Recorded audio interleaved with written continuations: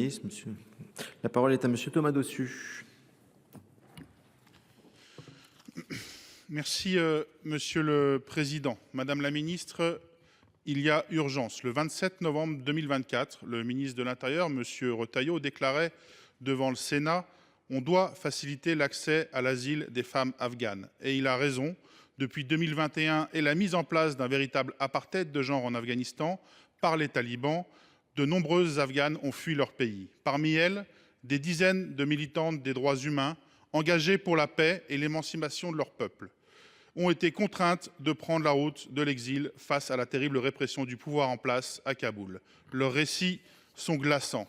Beaucoup de ces militantes qui ont vécu l'enfer se sont réfugiées temporairement au Pakistan, tout en formulant dans le même temps des demandes de visa pour rejoindre la France. Elles ont choisi la France, patrie des droits de l'homme, en accord avec leurs engagements, mais aussi parce que notre pays universaliste considère toutes les femmes afghanes comme éligibles à l'asile. Aujourd'hui, leur situation au Pakistan est intenable. Depuis le début de l'année 2025, les autorités pakistanaises mènent une opération zéro Afghan qui consiste en arrestation arbitraire et détention. Un ultimatum leur a été donné. Elles ont jusqu'au 31 mars, dans moins de 2 semaines, pour quitter le pays. Oui, il y a urgence. Pour les militantes afghanes, un renvoi dans leur pays serait synonyme de mise à mort et nous ne pouvons tolérer ça. Pourtant, leurs demandes de visa sont pour l'instant bloquées et n'aboutissent pas. Cette demande doit être traitée en urgence. Madame la ministre, ce gouvernement a le pouvoir de sauver ces femmes. Vous pouvez accélérer leur demande de visa en accord avec les déclarations du ministre de l'Intérieur. Leur accueil ne poserait aucun problème. Elles sont déjà accompagnées par des associations ici, sur nos territoires, qui se chargeront de leur accueil et de leur logement. Je tiens par ailleurs à saluer leur engagement. Il y a une urgence absolue à agir. C'est une question de jour. La France préfère-t-elle laisser mourir ces femmes là-bas après leur avoir fait une promesse d'asile? Je vous remercie. Merci, Madame la Ministre. Merci, Monsieur le Président, Mesdames et Messieurs les sénateurs. Monsieur le sénateur Thomas Dossus. Ni le droit international ni la législation française ne consacrent de droit à demander l'asile depuis un pays tiers.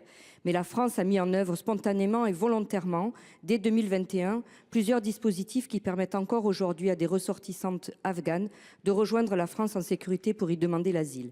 Dès mai 2021, avant même la chute de Kaboul, la France a évacué 623 ressortissants afghans, agents de droit local et leurs familles. Dans le cadre de l'opération Apagan, lancée le 17 août, la France a procédé à des évacuations de grande ampleur, en plus des demandes de réunification familiale qui ont fait l'objet d'une instruction accélérée permettant l'accueil de près de 14 000 personnes à ce jour.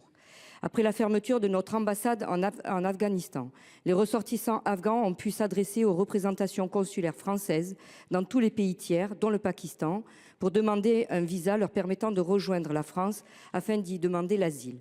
2,8 millions de ressortissants afghans se trouvent actuellement au Pakistan, selon le Haut Commissariat des Nations Unies pour les réfugiés. Les autorités pakistanaises ont lancé un premier plan de rapatriement en novembre 2023 visant les ressortissants afghans en situation irrégulière. Notre ambassade au Pakistan et le ministère de l'Intérieur se sont immédiatement mobilisés et ont depuis délivré plus de 750 visas au titre de l'asile à des ressortissants afghans, dont 260 à des femmes. Depuis la chute de Kaboul, près d'1 millier de visas asile ont été délivrés à des femmes afghanes. Les services français continuent d'instruire au maximum de leur capacité les demandes de visa, qui sont très nombreuses.